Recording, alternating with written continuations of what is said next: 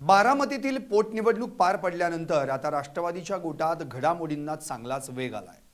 आमदारकीला निवडून आल्यानंतर सुनेत्रा पवार दिल्लीत पोहोचल्यात। दिल्लीत दाखल होत त्यांनी आपल्या खासदारकीचा राजीनामा दिला। त्यामुळे राष्ट्रवादीत दिल्लीत खासदार म्हणून जाण्याची पुढची संधी कुणाला याची चर्चा होणं साहजिक आहे।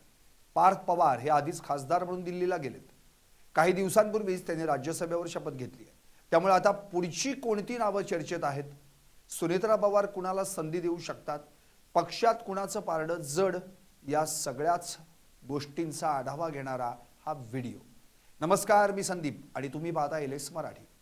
महाराष्ट्राच्या राजकारणात सध्या एका नव्या अध्यायाची सुरुवात होतीये, जिथे सत्तेची समीकरणं आणि कौटुंबिक वारसा यांचा एक अनोखा संगम पाहायला मिळतो। उपमुख्यमंत्री सुनेत्रा पवार यांनी आज दिल्लीत आपल्या राज्यसभा खासदारकीचा अधिकृतरित्या राजीनामा दिला। बारामती विधानसभा पोटनिवडणुकीत मिळालेल्या ऐतिहासिक विजयानंतर आणि आमदार म्हणून निवडून आल्यानंतर एकाच वेळी दोन संविधानिक पद भूषवता येत नसल्यानं त्यांनी हा निर्णय घेतला। सुनेत्रा पवार आणि त्यांचे ज्येष्ठ चिरंजीव खासदार पार्थ पवार सध्या राजधानी दिल्लीत असून हा दौरा केवळ राजीनाम्यापुरता मर्यादित नसून राज्याच्या भविष्यातील राजकारणाची दिशा ठरवणारा मानला जातोय। या संपूर्ण राजकीय प्रवासाची मुळं एका अत्यंत दुःखद आणि अनपेक्षित घटनेमध्ये दडलेली आहेत। 28 जानेवारी 2026 रोजी राज्याचे तत्कालीन उपमुख्यमंत्री आणि जनतेचे दादा म्हणून ओळखले जाणारे अजित पवार यांचा एका विमान अपघातात दुर्दैवी मृत्यू झाला। बारामती विमानतळावर उतरत असताना त्यांच्या विमानाला झालेल्या भीषण अपघातानं केवळ पवार कुटुंबच नव्हे तर संपूर्ण महाराष्ट्र हादरून गेला। अजित पवारांच्या निधनामुळे राजकारणात मोठी पोकळी निर्माण झाली आणि बारामती विधानसभा मतदारसंघाची जागा रिक्त झाली।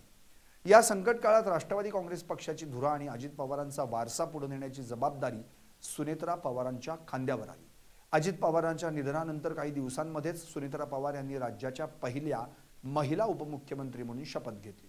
त्यानंतर झालेल्या बारामती विधानसभा पोटनिवडणुकीत सुनेत्रा पवारांनी केवळ विजयच मिळवला नाही तर मताधिक्याचा नवा विक्रम प्रस्थापित केला।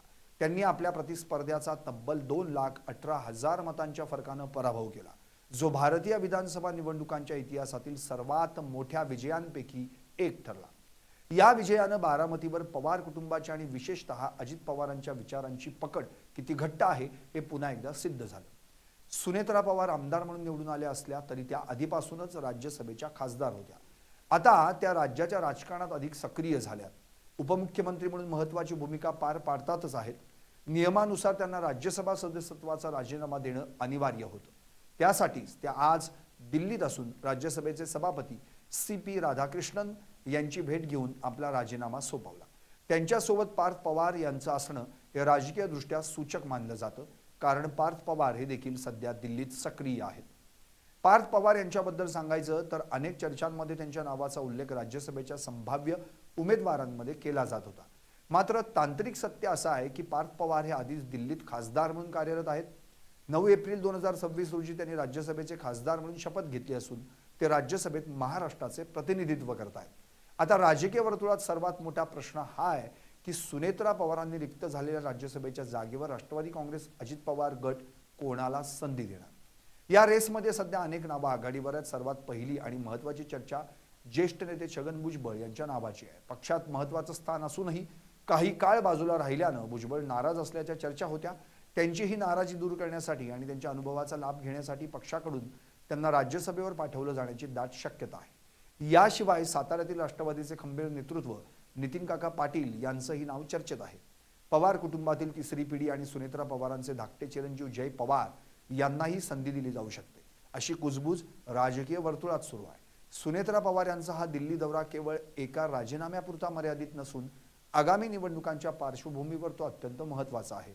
दिल्लीत असताना त्या भाजपच्या ज्येष्ठ नेत्यांची आणि वरिष्ठ मंत्र्यांची भेट घेण्याची शक्यता आहे। महायुती सरकारमधील समन्वय आणि आगामी काळातील धोरणात्मक निर्णयांबाबत या भेटींमध्ये चर्चा होऊ शकते। बारामतीतील विजयानंतर सुनेत्रा पवारांचं नेतृत्व अधिक प्रगल्भ झालंय। अजित पवारांच्या निधनानंतर खचलेल्या कार्यकर्त्यांना त्यांनी नवी उमेद दिली आहे। अजित पवारांच्या अपघाती निधनापासून ते सुनेत्रा पवारांचं उपमुख्यमंत्री म्हणून झालेला उदय आणि पार्थ पवारांचं दिल्लीतलं स्थान या सर्व घटनांनी महाराष्ट्राच्या राजकारणात मोठे फेरबदल घडवून आणले। सुनेत्रा पवारांनी राज्यसभेचा त्याग करून राज्याच्या राजकारणात पूर्णवेळ उतरण्याचा घेतलेला निर्णय हा आगामी विधानसभा निवडणुकांच्या दृष्टीने अत्यंत कळीचा ठरणार आहे।